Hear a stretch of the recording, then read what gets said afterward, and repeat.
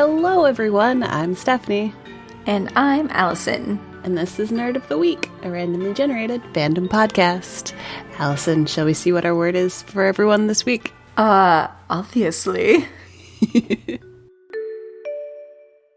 The word of the week is station. Station! Alright, there's a lot of options for the definition of station on Google. Okay, I am going to guess at least one of them, if you're okay with that. Go for it. Alright, I think one of them is a building or location that, noun. Have to say that. That's part of the definition. So Very a building important. or location that is designated as a pickup or drop-off point for modes of transportation. Nice. Alright, so you've got noun, a regular stopping place on a public transportation route, especially one on a railroad line with a platform and often one or more buildings. Okay, I don't like the especially because what about like bus stations? Bus stations, space stations, subway stations. But it's okay. Yeah, they should not have said especially for trains. I don't approve. Well, the second one is also a noun, and it's a place or building where a specified activity or service is based.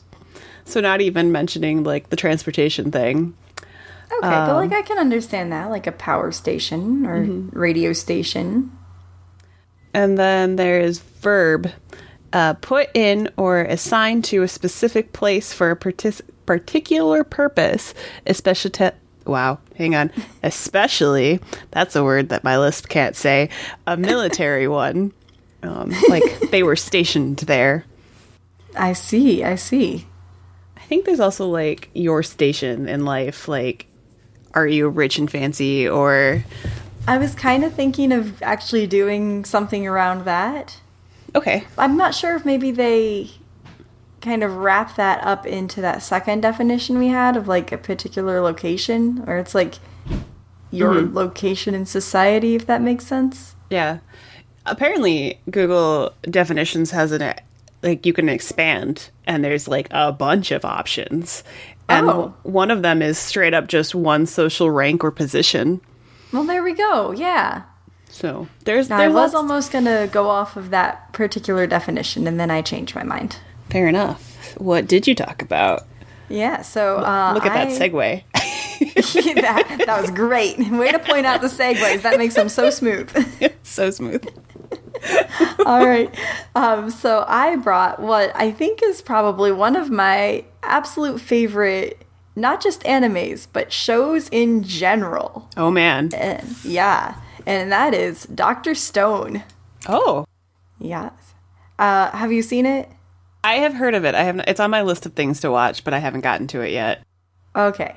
Oh, I highly recommend it. It's really good, and I think that you would like it.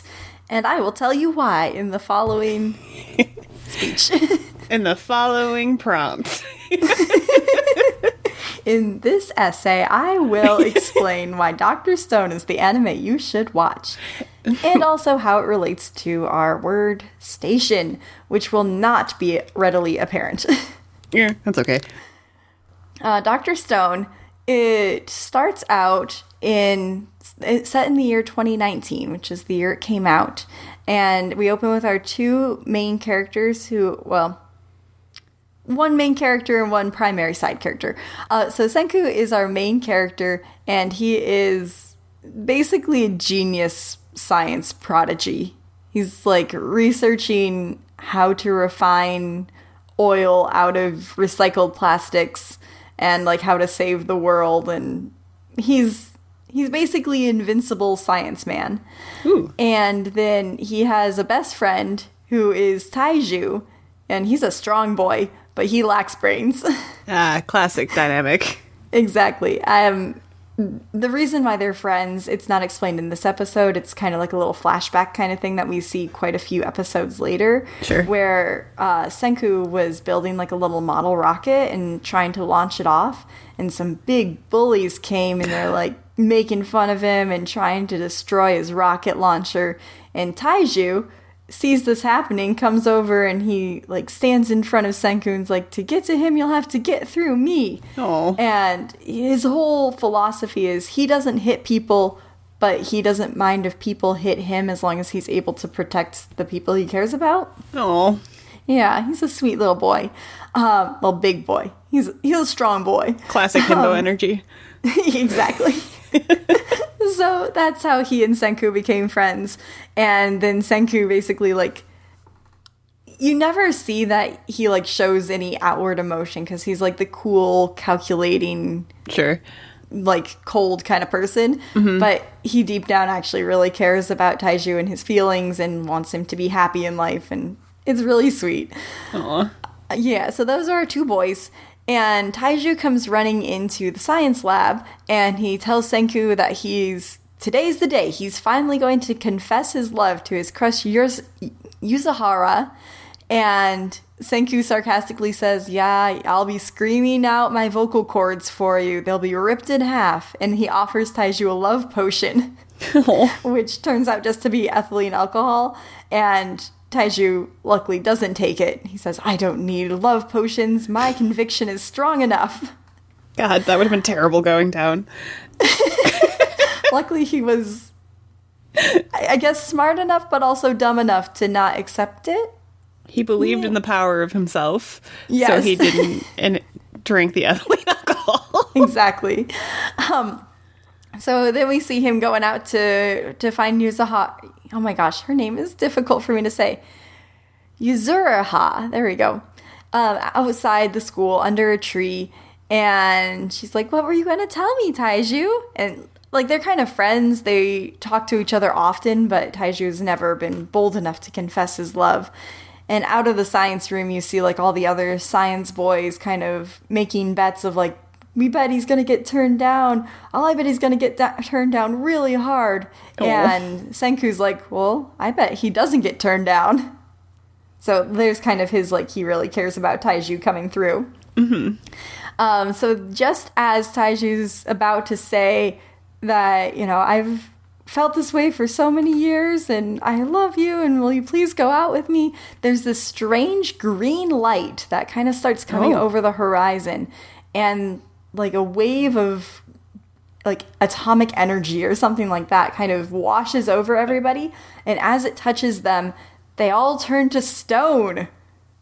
Yeah. Oh, no. And so it affects literally everyone. Senku in his science geniusness is not spared from it either. There's all sorts of flashes around the world of like just pedestrians turning to stone and people in cars turning to stone and running into them, and like people just in the park all turn to stone. There's a really dramatic scene, just a quick little thing where people, like obviously in an airplane, they're still technically like in Earth's atmosphere, so they all turn to stone, and so the airplane crashes into a building where all the workers are stone, and it's just like everybody, literally everybody is stone. But then there's like a whole bunch of dogs that are running around because they've been not set free, but like their owners can't hold them anymore. And so it doesn't affect all living things. Okay. We then kind of flash to like a blank screen. And then we suddenly hear Taiju's voice again saying like, what's happening? I must overcome this. I have to let Yuzuraha know that I love her. And he's like thinking like, I will have conviction, I will survive. And as this is all being said, there's flashes again around the earth of like buildings crumbling, and we see a forest kind of growing up, and all of the wildlife are taking over. There's lions prowling around. Oh, gosh. I know. And then the next image is the stone body of Taiju laying in a bed of straw in a cave with something dripping on him. And the stone on his face begins to crack, and the crack spreads around his body, and he bursts out of it like a shell. And he wanders out of the cave, and he sees that there's several other stone statue people littering the ground. Some are broken in half, others are just like full people. And he's wandering around, and he's kind of thinking about it, of like, how long has it been? What's happened? How many millennia has it been? Where am I? Just obviously confused. he kind of has a flashback of a few days before this all happened. There was reported sightings of stone sparrows all around the world. And people were thinking, like, this must be some elaborate prank that people are just dropping these carved stone birds around. But Senku had other thoughts, and we think Taiju maybe had other thoughts as well, in spite of lacking the brains. But that just kind of shows us, like, well, maybe there is some other species that was affected by the stone. The light, whatever it was. So anyway, Taiju's going along, following the river, and he comes across this giant tree, and as he goes around it, he sees the statue of Yuzuraha, and he says, oh my gosh, my love, I finally found you after all this time. And he walks up to the statue, and luckily, right next to it, conveniently carved into the tree, is a message from Senku, and it says, you've finally woken up, just follow the river downstream. So Taiju does just that, and finds Senku. So Taiju, at this point, he's, like, wrapped himself in leaves, like, kind of, like, Adam and Eve style clothes, how you see them depicted. And when he comes across Senku, Senku's, like, wearing this lab coat that he's made out of skins. So he, like, fully, like, caveman scientist chic. For, you know, it's a whole mood. It's a look. So apparently Senku awoke like 6 months earlier, so apparently the entire time he was in stone, he was still thinking, his thoughts were still going, and he was counting the seconds, and he tells Taiju exactly the year. He's like, it's 5723 or whatever the year is. I think that's what. How freaking traumatizing to be awake but stuck in stone for that long. Right? Oh, gosh. So he was counting the seconds the entire time, and he said, and I had to do it because I had to know when, if I was able to awaken, when to awaken, because it had to be during spring or else my chances of survival would be 0. Imagine if I awoke during a snowstorm. But, like, Valid. I don't know how he could have planned how he was going to awake anyway, as we will see momentarily. The power of plot armor. Exactly. That is actually one of the critiques of this anime, is that Senku is basically any superpower that is needed to drive the plot forward, he can possess, essentially. Okay. I can understand that, but I get it. It's still really good, though. So anyway, Senku takes Taiju to his little camp that he's made, and during that 6 months, he's actually been quite productive. He has made some rudimentary, like, baskets and stone pots, and he's actually built himself, like, a raised hut, like a treehouse off the ground, so he's somewhat protected from things, and he has, like, spears and things like that. A few episodes in, I don't remember exactly which episode, we kind of get a little bit of a montage of when Senku first awoke. And it's funny because it's kind of almost, we're looking at him from the perspective of these monkeys, a gang of monkeys that lives in the area. And they're like, what's the weird naked monkey doing? And this whole time he's, like, struggling to make fire, and then suddenly he does make fire, and then he's finding flint so that he can make spears and things like that so he can hunt. And, like, the whole time he's just, like, leveling up and, like, speed running humanity and speed running culture, essentially. He actually describes it like that at one point as well. He's like, we are going to speed run industry.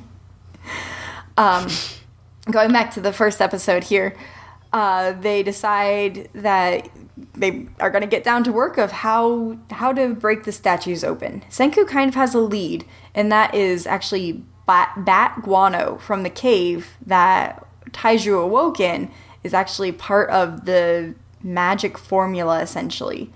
But Senku says, but it's not just the guano, which is nitric acid, that there has to be something else mixed to it. He says that they need to... It's the thing that he's trying to make is called nitile, and I believe it was like citric acid mixed with nitric acid, something like that. Some formula. It's like a real thing that is made, but that kind of sets off the chemical reaction to break the bonds of the stone and basically awaken the people.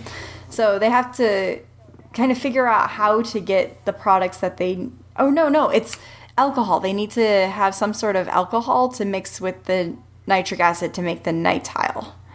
So Taiju, as he's out gathering one day, he comes across grapes and he says, Senku, we could just make wine because wine is alcohol. And Senku's like, yeah, that's a great idea. And the Mesopotamians used to make wine in such and such a way. He has like all of this random knowledge of history as well, not just science. Sure. And so they make the wine, they make the nitile, and they experiment on one of these stone sparrows that Senku, he has like a collection of hundreds of these stone sparrows to do experiments on to figure out if he has the right miracle liquid. And they finally have the right formula. It works. And Senku's like, I don't want to be the one who decides who to bring the first person back, so Taiju, you get to decide. And again, he's like, I don't want to be the one who says that we're gonna like bring your crush back first, so you get to be the one who says it. So of course that's what Taiju picks. He wants to bring back Yuzuriha first. So they're about to do that when suddenly the lions come and attack them. And Taiju's like, why are there lions in Japan? That was kind of my thought when you mentioned them earlier. How did the lions get to Japan? Like, well, I think they're probably from a zoo, and probably when everyone was turned to stone, there was a door open, and so they had free range of all of the omnivore or the herbivores in the zoo, and now they're the king of the predators. Classic, apocalyptic. We're gonna make sure that someone has to fight a lion, and like it's a trope. Like there's so many like apocalyptic shows and movies I've seen. Like I Am Legend is one of them, where there's just freaking lions walking around in New York, and you're like, where did they come from? Oh, they came from the zoo. Yeah. Like, sure, all right. Keep in mind, this is also 3,000 years in the future, and the lions are still there from the zoo. Which means they've adapted and they have become like an apex predator of Japan, which is terrifying. So instead of reviving Yuzuriha first, they end up reviving this other statue that they had found, who is Tsukasa. And his nickname is the strongest primate high schooler. Which is a very dumb nickname. But apparently, back in their time, he was... Well, he is their kind of same age. They're like 16 years old or something like that. And this guy, he does not look 16. He's like a bodybuilder kind of guy. He looks like Tarzan, basically. But he's like super strong, and he was this well-known celebrity. He'd go on like variety shows all the time, apparently, and demonstrate his strong skills. But apparently he's also like a very accomplished fighter. And he kills the lions with his bare hands. As you do. So Taiju thinks this is great. This guy is amazing. I'm so happy that we revived him. And Senku's like, he's too strong, though. I'm suspicious. And they kind of build up his character like, look, he's so good. He found this statue underneath a boulder and he removed it before it could get crushed. And look, he wants to make sure that all of these statues that are by the river like don't get eroded away, things like that. But Senku is still suspicious, and rightly so, because one day they're down by the beach and they're having a conversation about like who's going to be brought back first. And Senku's saying, like, I'm gonna save everybody here. We're gonna bring back the entire world. And just then, we see that Tsukasa punches the head off of this old guy kind of statue. Oh. Yeah. Oh, okay. Now, what Senku has determined is that once a statue is broken in half, it, like, sure, you could get rid of the stone, but it's just going to be a dead body underneath. Exactly. That makes sense. The statue has to be whole for it to come out as a whole person, essentially.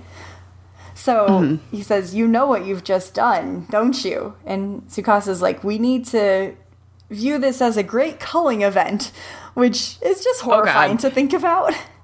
But his whole thing is, we should get rid of the old and the weak and the useless and make way for the strong youth of tomorrow. And it's like, that is some seriously messed up thinking. And Senku says, no, I'm going to do everything in my power. We're going to bring back everybody and everything just the way it was. And maybe not just the way it was. I don't know. He obviously wants to, like, better the world somehow. But he's not about this crazy utopia world that Tsukasa wants. Right. Rightly so. Yeah. So after that, they do eventually get enough of the miracle fluid made again, and they're going to free Yuzuraha. However, Senku pretends that there's not enough to actually unpetrify her, and so he says, all right, well, we gotta go get more of the fluid from the cave. And he kind of is... He was weighing his battles. He's like, either Tsukasa will know the secret ingredient of the alcohol to make the nitile, or he'll know the location of the cave. And Senku chooses to send him off to the cave to get more of the fluid. They quickly make the nitile solution. They actually did have enough of the guano before. And they quickly bring back Yuzuraha, try and explain the situation as best they can to her, which is probably not very well, because they have very little time. They're like, we have to escape before he comes back. And so they, like, make a mess of the laboratory to make it look like they're really in a rush, which, I mean, they were. They try and, take some useful things with them, and they run away, basically. Now, Senku kind of has ulterior motives for everything that he does. He actually has a plan for, like, the next thing. And I kind of feel like he has a plan for literally everything, because at first we see him like having Taiju collect seashells, and then later we realize he was having him collect seashells because he's going to use them to make calcium carbonate, which is apparently part of gunpowder.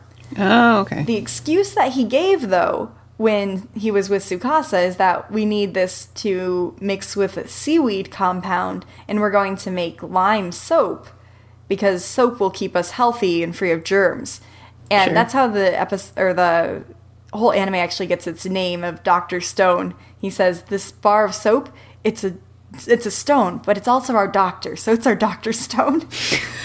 Which is a little bit dumb. Roll credits. But in the midst of getting that, he also got the calcium carbonate, so they can now go somewhere else and make gunpowder.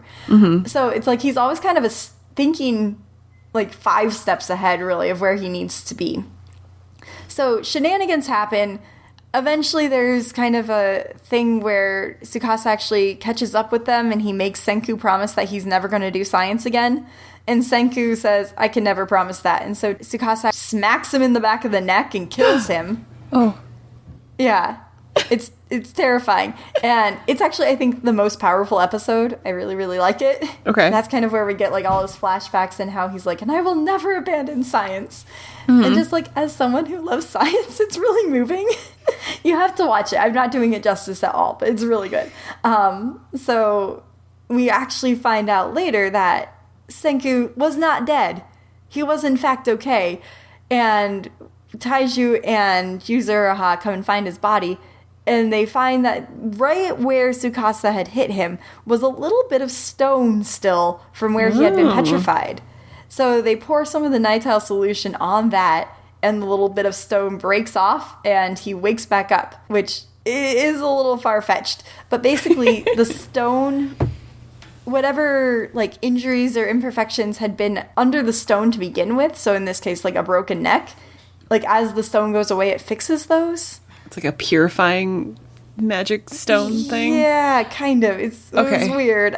Okay. They don't explain that quite very well. Magic plot device stone. Got it. Yeah, exactly. So Senku's alive now. Okay, great. At this point, he sends Taiju and Yuzuraha to Tsukasa.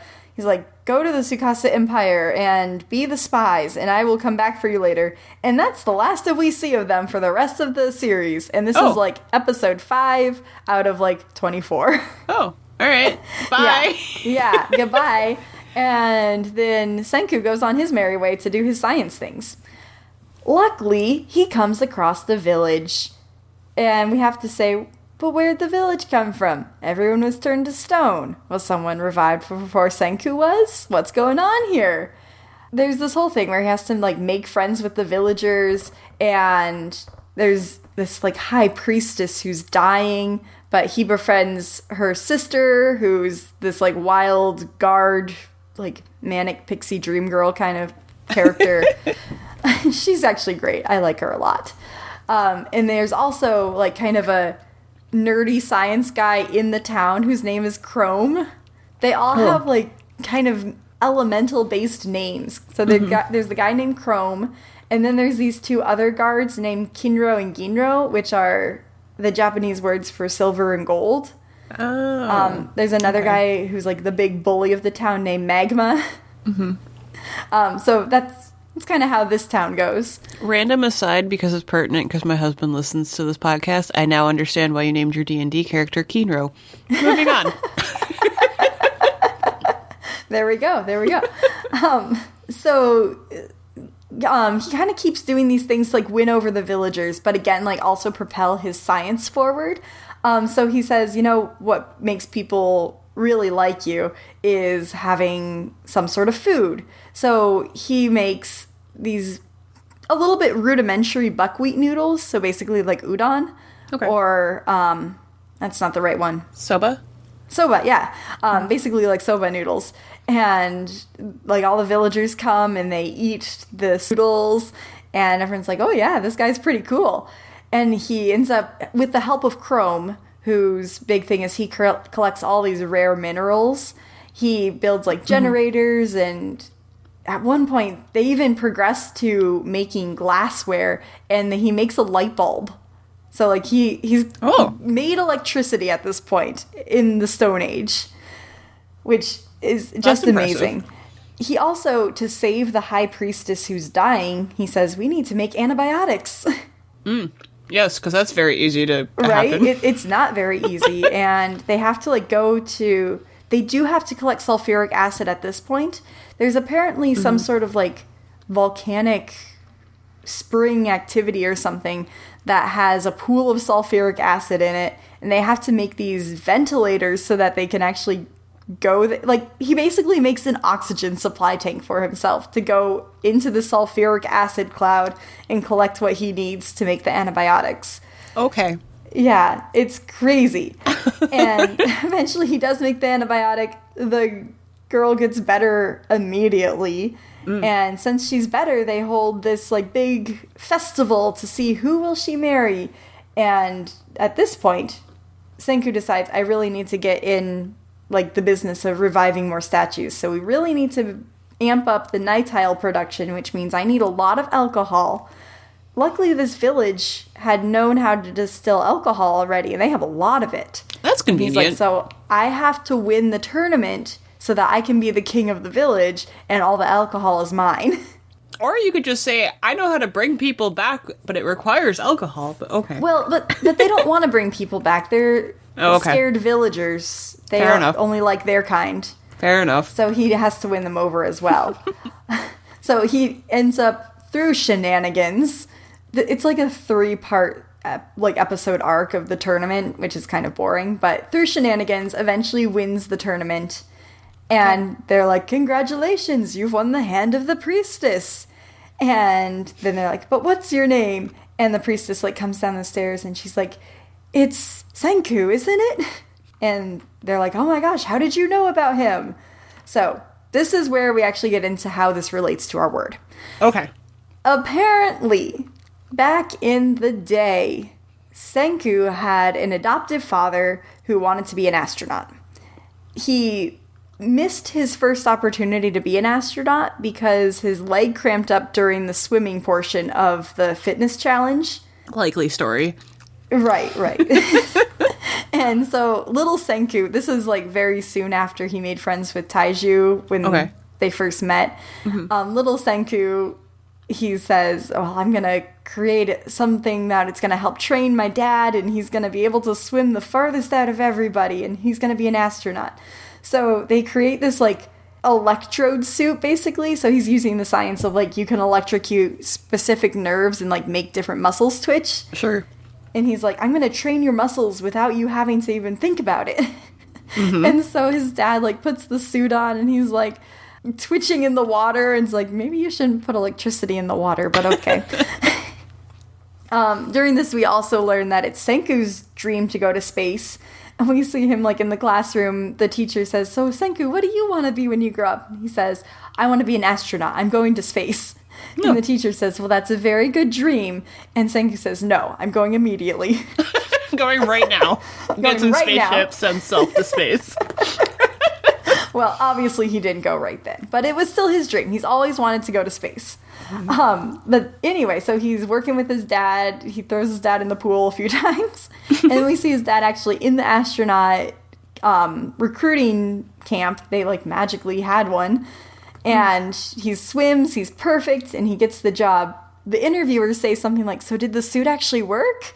And the dad said, well, no, obviously not. But he'd made it just for me. So, I had to swim in it even if it would kill me. Which is just so sweet. Solid parenting. Yeah, he was a good guy. So anyway, he gets to be an astronaut, and he's getting sent to the International Space Station. Heck yeah. Yeah, so there's the station for us. Okay.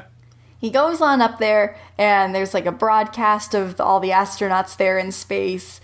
And they say, oh, now, do you want to take a moment and like personally contact any of your relatives down on Earth? And he says, no, I only have one son, and he's probably busy with his research right now. Aww. And so we flash back to Earth, and it's right when the green light is like happening over Earth. Oh, so no. He's no longer immersed in his research. From the space station, they're like looking out the windows, and they see this whole green thing cover the entire planet, and they're like, what's going on? Was it some sort of solar radiation? And they can't get in touch with NASA, obviously. Like, no one is responding. They say, let's tap into the internet and look for, like, live feed cameras of something. And they tap into a live feed camera of, like, a baseball game. And they see that everybody is stone statues. God, how like, terrifying. I know, right? Like, oh my God.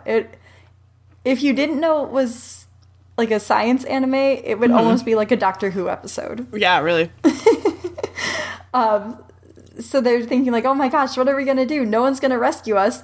Do we wait it? Do we wait for everyone to go back to normal? Or what's going to happen? And Senku's dad says, no, we should go back to Earth. We're the only humans that are still around. So we have to save them. They're not going to save us. And everyone agrees with this logic. And so they power themselves back to Earth. I don't know how they managed to make it without dying, but they did. Their little space capsule landed conveniently right off the coast of Japan. Ah, very convenient. Very. Very. It doesn't require very specific planning at all, but it's fine. Right? So, yeah, that's where they all end up. And they set up this little town, or not really a town at that point, it's just them. Now, of course, there's like romantic love interests, yay, and they all get married to their respective people. Sure. And they all have kids, and then, that's kind of how the village all got started. Okay. And apparently, like, built into, like, all of the raising of the children and the grandchildren and everything, they passed down, like, all these little, like, tales, like, basically parables, kind of. But one of them was, like, about Senku and about his childhood and how he is eventually going to come back, and he's going to save them all, and everyone should listen to him, and bow down to the kingdom of science. And so that's how they know who Senku is. And that really helps to win over most of the villagers. Okay. And it's all thanks to the space station that they're alive. So yeah, that's about all I think I can really talk about without going into detail of every single episode. But it's very good. A little contrived, but also very good. I've heard good things about it. It sounds like it's fun, and I'm always for anything that has to do with space, so. And there's also, like, super funny moments as well. It's not all, like, heavy. It's also very, very funny. The way it's drawn, like, some of the way that they make expressions for people, they have the most ridiculous facial expressions, and it's just great. And it's just like, yes, that's exactly the emotion that we need to convey for whatever it was that was just said. Like, they do it so perfectly. It's really, really good. I got some questions for ya. Okie dokie. Okay. The first one is, what is Tsukasa's tragic backstory? I only have 3 choices here. Okay. So, is it A, when he was a little boy, he lost both of his parents? And he now thinks that all old people are going to abandon him forever. Is it B, his little sister is sick and he wanted to cheer her up, but while he was collecting shells as a present for her on the beach, an old man came and beat him up because it was his property and he couldn't take the shells? Or was it C, a news broadcaster once called him by an incorrect name and laughed about it, and Tsukasa thinks all adults are terrible and stupid now? All right, I'm gonna be real with you. All of those are like valid shoujin anime backstories. I know. I'm gonna go with the first one, that his parents died and he's convinced all old people are just gonna die on him. No, it's the second one, unfortunately. He got beat up by an old man on a beach? Yeah. Oh my god. Now, of course, they had to say that the old man was also a drunkard. It wasn't just like any regular old man. So, like, not all old people. Hashtag Right. not all old people. Just beating up kids on a beach because they want some shells. Yeah. So that's his tragic backstory and why he now has it out to kill all of them. Okay. Who is an unexpected ally for Senku? Is it A, Tsukasa himself, B, a monkey, or C, a magician? A magician? It is, yes. Oh, what did the magician do? Yeah, so Tsukasa, he did eventually find out what the magic liquid was to revive people, and so he started reviving people that he wanted in his posse. He revived what they refer to as a mentalist, who was Gen, spelled Gen. Okay. And he's sent as like a spy to find out if Senku is actually alive or dead or not. But Gen decides that he actually likes what Senku is doing better, partly because Senku's he first encounters him when he makes the soba noodles, and then afterwards, Senku kind of promises that he'll make him Coca-Cola in this Stone Age time, and that's part of like all of his science-y things that he does, and because of that, Gen becomes his best friend. I mean, he's a man after my own heart. Like, if someone could offer me Coca-Cola at an age where there was none, I would definitely follow them into hell, so I get it. Yep, and then that's that. Beautiful. Thanks. I have a quote for you. Okay. All right, it's two people talking to each other. Okay. So, look at him. He's heading for that small moon. That's no moon. It's a space station. It's too big to be a space station. I have a very bad feeling about this. Ooh, I think I might know where it's from. Okay. Listener, if you know what it is, feel free to tweet at us at hashtag Nerd of the Week or NOTWP, or hit us up on other social media, including Facebook, YouTube, TikTok, and eventually Instagram once I figure out how to do things with it. Once we have interesting things to put on Instagram as well. Yeah, I need to put pictures on Instagram, and all I have is the one drawing I have in our logo. So, those are already on there, so that's all I got.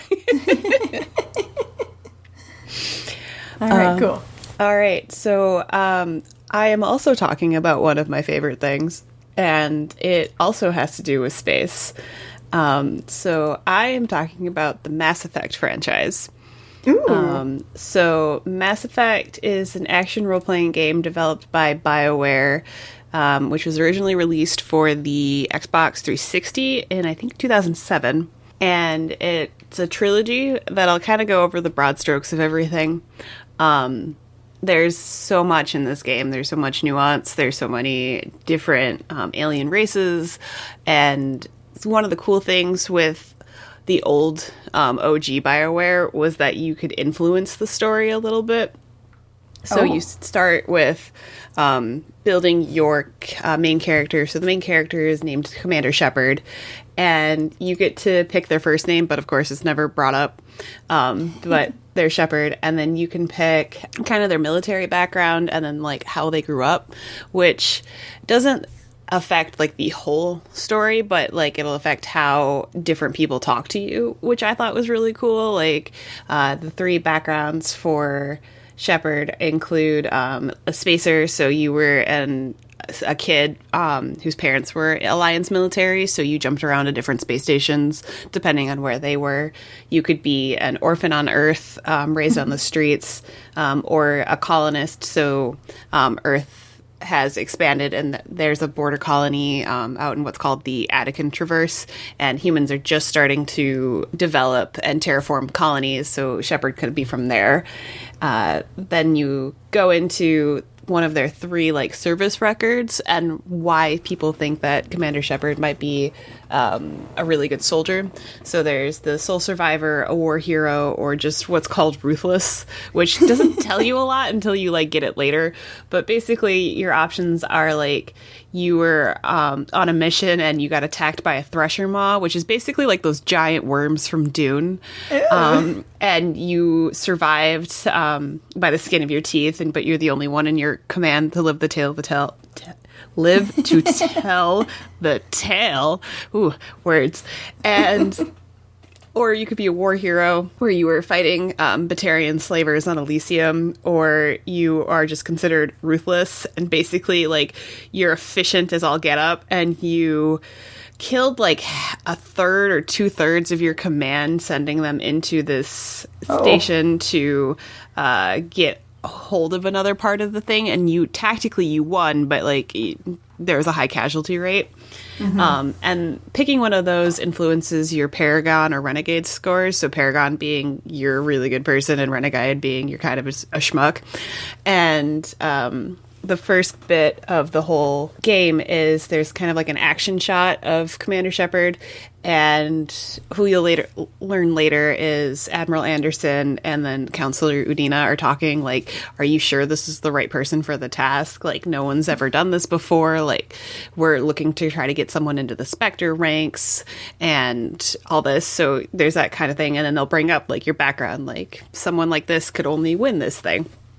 So, start off, you're on the Normandy, which is a ship that's made by humans and Turians. So Turians are a race of like bird-looking people, and when Earth and humans first got out into the galaxy, they kind of discovered that there was already aliens there, and it was kind of a Star Trek situation where they were more or less waiting for humans to figure out how to get spaceflight before they interacted with them. So there's main council races, so there's the Turians, the Solarians, and the Asari, and then there's a bunch of extra races, non-council races, so people who aren't in control of like the seat of the government, and so you interact with a bunch of them over the course of the games. And there's a group of people called the Spectres, and those are like the military black ops, like work outside the law, and they are like the right hand of the council, and they get stuff done because you communicating over the expanse of the Milky Way galaxy is really hard. So sometimes they just need to have soldiers that can just make decisions that speak with the authority of the council. And Shepard is one of those people that they're like, maybe we can finally get a human on this thing, because the humans, us humans being humans, we're like, why don't we get to be in control? And so we want to be on the council too. And that's kind of all how it stems. And then we start with the beginning of Mass Effect 1, which is the Normandy, and you're assigned with a Turian named Nihilus, who is a Spectre, and he's more or less there to kind of watch Commander Shepard and see how they do, and report back to the council about how well they behaved, and should we move forward with Shepard being on the Spectre. And you're going to investigate a colony called Eden Prime, because a bunch of distress signals went out right after the colony supposedly discovered what's called a Prothean beacon. So the Protheans were this ancient civilization that existed in the Milky Way, and discovering an artifact from them is a really big deal, because it's like, there was a spacefaring ancient civilization here before us. What happened to them? And so anytime they get stuff that shows up that's Prothean, it becomes a huge deal. They send council races in to try to figure out what's going on. And then all of a sudden there's a distress call too now. So like, what's attacking them? Oh no. And so you and Caden, who is a a lieutenant, I think, at that point, a human on the ship, go down to investigate with basically a Jenkins type character who doesn't make it very long. He's there. He runs out into a field and then gets shot by the evil robot race called the Geth, and then dies, and then everyone's real sad about it, and then immediately moves on. And you're like, why did you run out? All right, it's fine. And you keep going. You fight your way through the Geth and get a little bit of information dump from Caden as things are going on. Like, I can't believe the Geth are past the Veil. What are they doing out here? The Veil being the area where a different race called the Quarians, who invented the Geth, is kind of on the far side of the galaxy, and so they don't ever come across this sentient AI that got mad that their creators were trying to subjugate them, killed a bunch of people, and then went and hid on a planet. And so it's weird that they're out here. Like, what are they doing? And you pick up Ashley, who is another one of the human squad mates on this island. Ashley is not a good space name. No, and not a lot of people like Ashley. She's kind of a lot. She gets better, but yeah, she very rarely was on my squad, because if I could have aliens running along with me, why would I have more humans with me? But she, to her credit, her squad, who got there first when the Protheans showed up, and then they were like defending the area, she was able to keep a bunch of people alive and also like defend against the Geth. So she was, rocking it, doing okay. And there's, she said that there was a Taurian on the ground that had showed up and kind of started taking command of everything. And this Taurian's name is Saren. And Nihilus is surprised by this, because Nihilus didn't think Saren was out in Eden Prime space. And so Nihilus goes on ahead while you're helping Ashley defend an area with some Geth. And unfortunately, there's a cutscene, and Saren is not a good guy. He has a rogue specter, and there's a cutscene where Nihilus is trying to like debrief and try to figure out what's going on, and he turns his back to him, and Saren holds a gun to Nihilus's head, and then you cut back to Shepard as you hear a gunshot. And it's really sad, because Nihilus is such a cool character, and he's dead already, and I mourn him every time I play through these games. Oh, no. He's my first Turian. And so then you get to Nihilus's body, and you start to figure out that this might be Saren's doing, and you can't figure out why. But the Geth kind of overwhelm in numbers, and Saren, it seems like, sent a bunch of the robot AI to come after you wipe out this colony, and then they was going to pick up the beacon. But he was unsuccessful, because Commander Shepard's there, and Commander Shepard can respawn. Oh, respawn. If you die, you can just come back. So you... It doesn't matter. It doesn't matter. So you... while everything's happening, I think Caden or Ashley, depending on who you end up talking to, go to like look at the beacon and see what the heck even is this thing, and the beacon activates, and so it lets out this like laser beam that tries to hit Caden, and Shepard dives in the way and saves them, but then gets picked up by this like tractor beam, and then like is just infused with a bunch of these like random images that don't make any sense. And the developers at BioWare must have been really proud of this cutscene of images, because the frequency that this cutscene of images pops up in all three games is insane. And the only does it get better quality as the games go on, or is it literally the same? It's literally the same. It's a little bit slower later once Shepard starts to figure out what it means, but it's basically the same. And the only part that sticks out into my mind, and I'm pretty sure it is what I think it is, like they're trying to make it look kind of graphic and gross, and then some hints of like a Prothean and some kind of invasion. But there's a part where it looks like one of those honey dipper things just coming out of a jar of honey, and it just just looking like the honey's just getting thinner and thinner. And I just fixate on that every time I watch Why that is the honey so thin? Why is the honey so thin? What happened to the Protheans, and why is the honey thin? It's not pertinent or important to the plot, but everyone needs to know about it. Okay, it's in there for a reason. The honey must be important. The honey must be important. The Protheans really liked honey, and that was like this guy's last thoughts or something. Who knows? Oh my god. So Shepard gets rushed back to the ship because after getting this weird honey vision shoved into their brain, they collapse, and then they wake up a little while later on the ship, kind of getting debriefed that Saren's gone to the council already and said that Shepard just screwed up and that he isn't a bad guy, basically. And to the council's credit, like, he is an appointed Spectre. Like, you have to go through a lot of stuff to get to that point. So in comparison to Shepard, not the greatest, like, his word against mine situation. Saren's going to be the one that people believe, and Shepard is just, like, real mad about it because no one believes them. So we get to the Citadel, which is the big, important space station. There's the word. Citadel Space station. Da, da, da, da. Stations. Dun, dun. So the Citadel is basically like the seat of the government. And while you're kind of walking around the Citadel, you discover that the Citadel's been there. And it wasn't something that one of the council races created. It actually was discovered by the Asari first.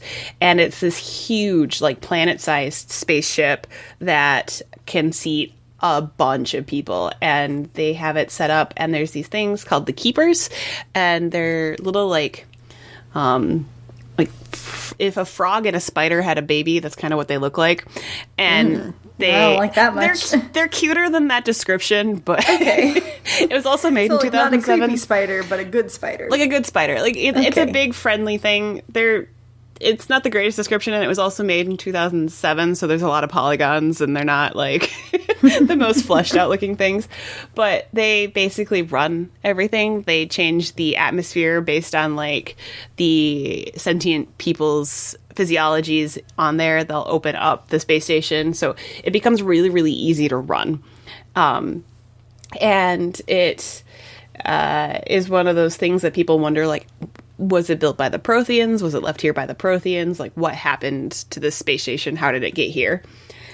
And that, the mystery of the Citadel is kind of one of the key plots throughout all of the games, is you slowly learn that the Citadel was in fact placed there by, spoiler alert, the Reapers, which that are... sounds scary. Yeah, they're scary. There are... they're hard to explain. So basically, there was this ancient creature called the Leviathan, and they didn't want to do anything anymore. So they made AI Reapers, but they weren't called that at the time, obviously. But they made them to basically do everything. And then the robots got mad and were like, no, I'm not going to do that. And then they wiped out all organic life in the universe. And then, because of their programming and because they're computers, basically what happens is every so many hundreds of thousands of years, as the next generation of organic life comes up, the Reapers will start to notice that, like, signals get released, that they start developing technology, and then they'll come in and then they'll wipe out the next round of organic life, claiming that they're making way for a new life and helping the universe by murdering all of these people, so that the next round of whatever is going to evolves. And it Sounds a little sus. It is super sus, and it's one of those things where you're like, yeah, it's nice for you to say you're not the ones getting murdered. And Shepard gets the first inkling of this overarching plot with the that vision, and then there's a woman named Liara Jasoni. She becomes a very good ally and companion throughout all three games. She's an Asari, which are a race of all women, and they're all blue, and they have these really cool tentacle heads, and Asari are so cool. And they can actually do, like, a Vulcan mind meld situation where they can communicate telepathically, and Liara actually helps Shepard decode that creepy vision, and through that, and then Liara's research, because she was an archaeologist who was kind of uncovering the Protheans and this plot on her own. With Shepard, they come together to realize there's a bunch of giant evil robots that are going to show up and obliterate us. So then it becomes convincing the council and all these people that, hey, one, Saren is indoctrinated by the Reapers, and he is trying to open up a specific relay. So there's these things called Mass Effect relays that can help you go faster than light travel across the galaxy. So you can get there in like a day as opposed to years.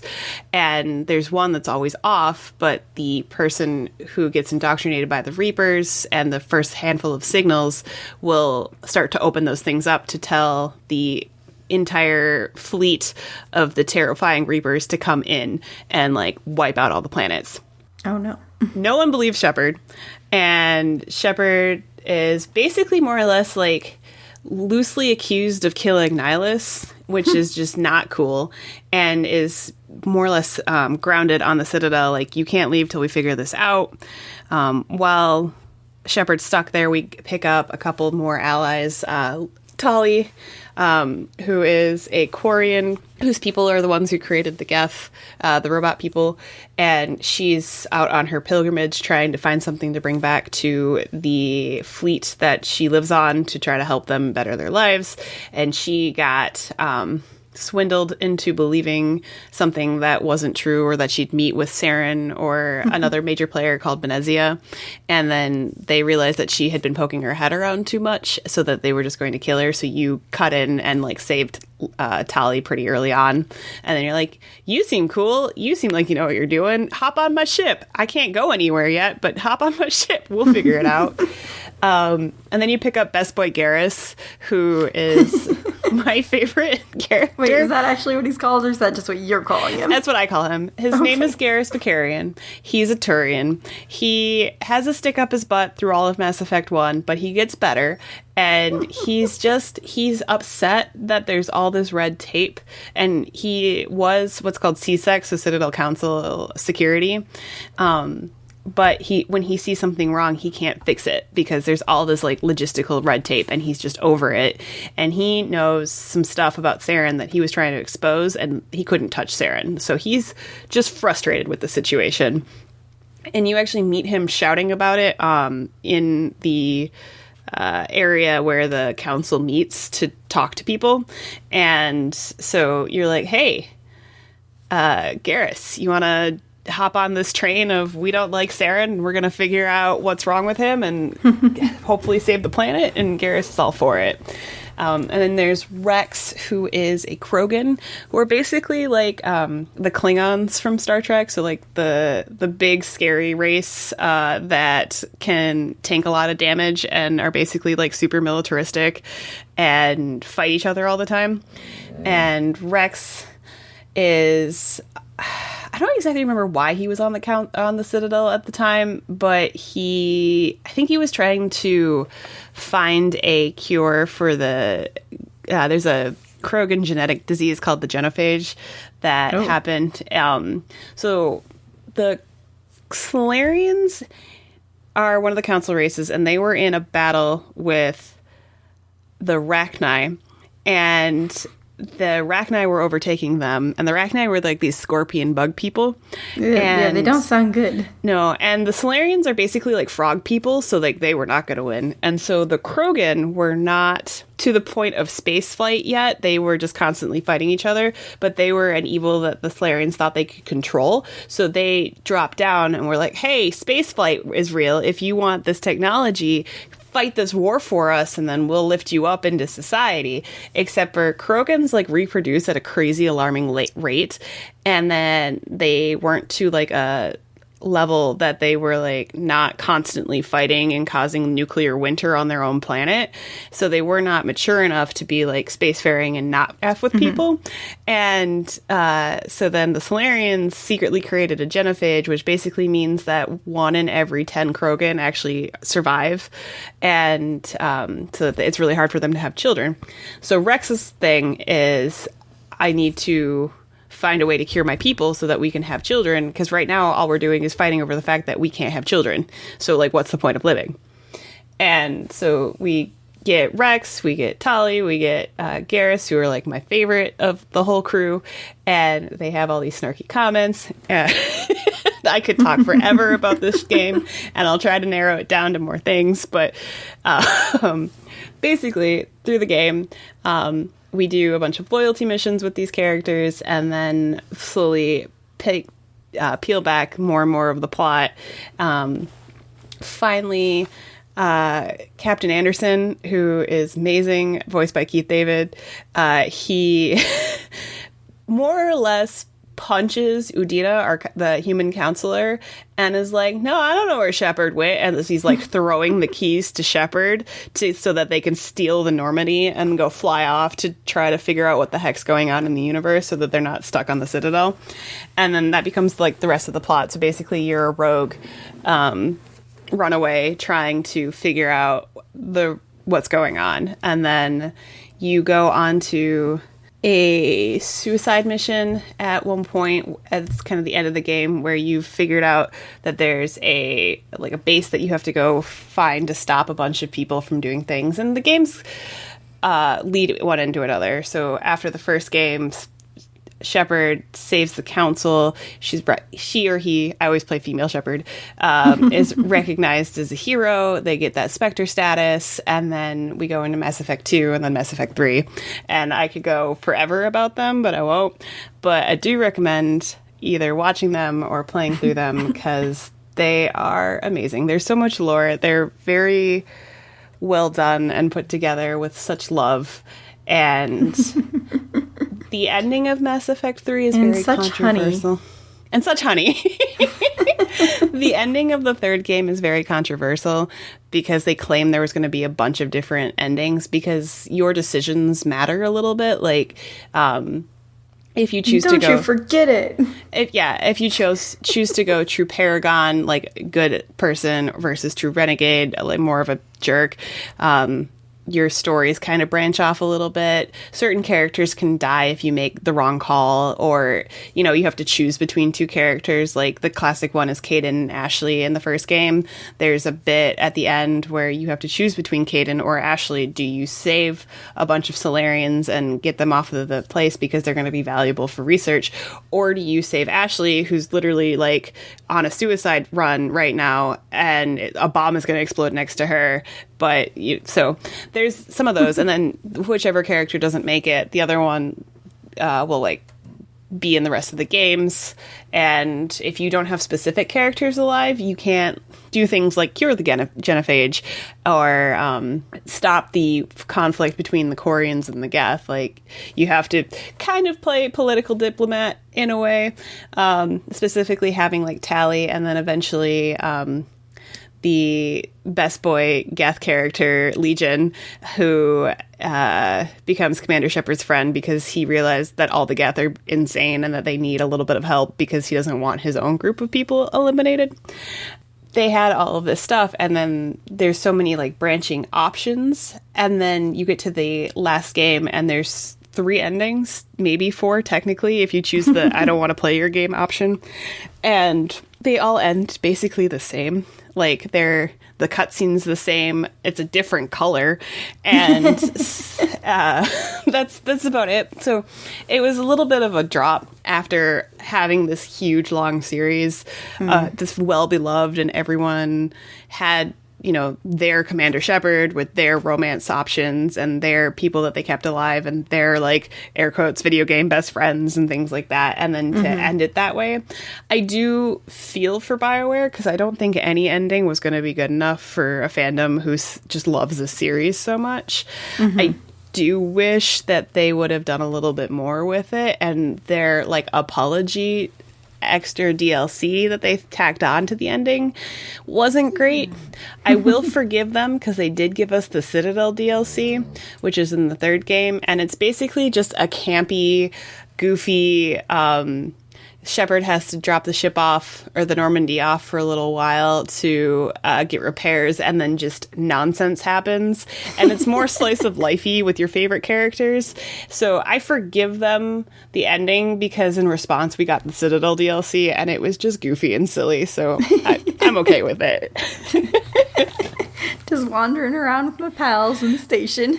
Basically, on the big fancy space station, fighting things, and people, your favorite characters show up and do all the quotes.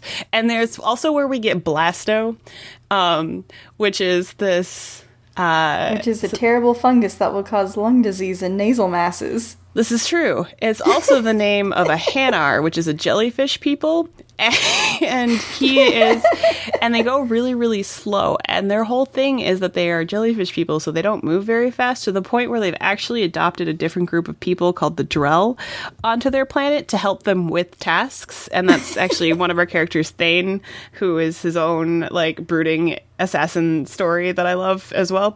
But Blasto, the joke is that he is a, like, film noir, like, detective who goes on these, like, buddy cop shows, and it's, oh god, there's an actual scene where you walk into Blasto's recording and Shepard will shout, "You stupid jellyfish," and it's just really good. I could talk way too long about this and all the nitpicky things. Alright, so jellyfish and honey. Jellyfish is and what honey. I got from this. That is not what you should have, but you know what? It's okay. I'm joking. That was good. It fits my niche for space westerns and also science fiction, science fantasy. Like, I played through these games like 3 times, and then the Legendary Edition came out, and I played through that. Like, I love this series. There's a 4th one called Andromeda, which was set in a different universe. It's okay. They did their best. There's talk of Mass Effect 4, and we've had some teasing that whatever this is going to be like hundreds of years after Commander Shepard. And I just want them to take their time with it. I want it out right now, but I also don't want them to rush it, because I don't want it to be Andromeda, which got rushed out too quick. And I need more. And I probably will play through these games like another 100 times. How long does it take to play through? It took me about a month or so to go through all of the games while working full time. Okay. And spending like 3-4 hours on the game every couple of days or so. And you don't have to do every single side quest and every single mission and every single everything. I just do. So you could get through it faster than I do. I just love the lore. And I always find new things reading some of the like written lore or choosing different dialogue options than the last time I did. And then the character will say something else that I hadn't seen before. So it is a little choose your own adventure, kind of? Kind of, yeah. It's more I get to influence the stuff that I guess doesn't matter, the main plot. I get to influence kind of the side stuff. And my personality, my character's personality that I've shaped a little bit, you can see in there based on how other characters react to you. Mass Effect 2 did a great thing where they added in what's called a renegade or a paragon trigger. So there's moments in there where if you're like real frustrated, you can press the renegade trigger if it pops up. And one of them is like this guy just talking smack to you, and you straight up just push him out a window off of like a 50-story building.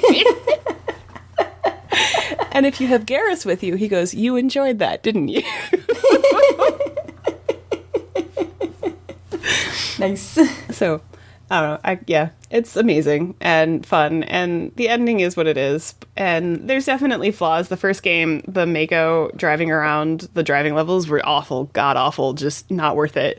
And the combat can get a little bit dragging, but the story is great, and there's love there, and it's character-driven, which I think a lot of video games could benefit from, is having characters that you love and want to know more about and pick apart every single bit that the story is willing to give you. Mm-hmm. Okay, so before I keep prattling, I have some questions. Prattling? All right, so in the much-loved Citadel DLC for Mass Effect 3, who is the main villain for this plot? Is it someone called the Elusive Man? Is it your evil clone? Is it space pirates? Or Saren has come back from the grave? I really want it to be space pirates. But I is feel not. like it's probably some elusive man. No, the Elusive Man is a main villain in the whole series, but it is your evil clone. You do fight space pirates many a time in other missions. Oh, that's good. I'm but- glad they're space pirates. There is an evil version of of you running around that you end up finding and fighting, and it's great. Well, that's fun. Garrus, my favorite boy, goes a little nuts in the second game when you die. Right at the beginning of the game. Don't worry, you get better. But 2 years pass after the second game happens, and so Garrus starts working as a mercenary on a casino space station, where he like kills thugs and bad guys. What is his code name? Is it the Vindicator, Shadow Broker, Archangel, or the Consort? Is it the consort? No, it is Archangel. I can't say Angel today. Angel. God, nope. Try again. Speaking is hard today. That's okay. He goes by codename Archangel, and he is great. Oh, that is good. If you can't tell, he's a romanceable option, and I pick him every time, and it's Oh, fine. now is he? Yeah, Oh, that's he's cute. best boy. I like that. That's good. All right, so do you need me to give you the quote again? Oh, sure. All right. Look at him. He's heading for that small moon. That's no moon. It's a space station. It's too big to be a space station. I have a very bad feeling about this. Is it from the Adventure Zone? No. Oh, no. Okay, I don't know where it's from then. Okay, so it is kind of because they are making fun of this in the Adventure Zone. It's from Star Wars: A New Hope. Oh. Okay. So the Luke and Han and I believe Obi-Wan are talking about the Death Star. And they thought it was a moon, and it's actually the Death Star. It's no moon, it's a space station. All right. That makes sense. Okay. All right. So, kind and wonderful generator. What is our word for next time? The next word is bathtub. Bathtub is certainly a randomly generated word. Okay. I have one. All right. I get the quote for next week, right? Yes. All right. Well, I have two things in mind, and either of them could either be the thing I bring or the quote. So, all Heck yeah. is well. Beautiful. Thanks for listening. I don't know where we're at. Sign off. Yeah, no, Yes. that's the right. It's the right order. We're doing it right. I'm doing it right. I don't know what I'm doing because I'm doing it in the right order. Thank you, generator, for our word. Thank you, listener, for tuning into our podcast. Remember, For your we're ears. for your ears and listening to us spew Thank out you for random letting nonsense. us live in your ears. Ew.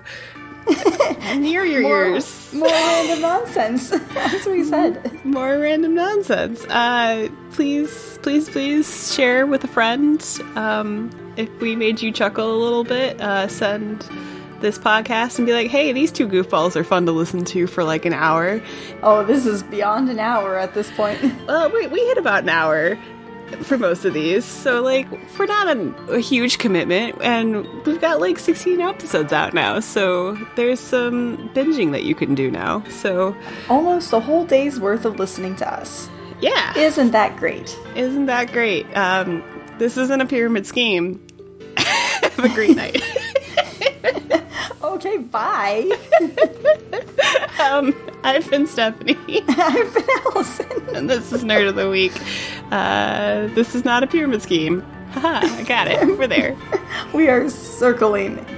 Circling, spiraling, drain. Goodbye. Bye.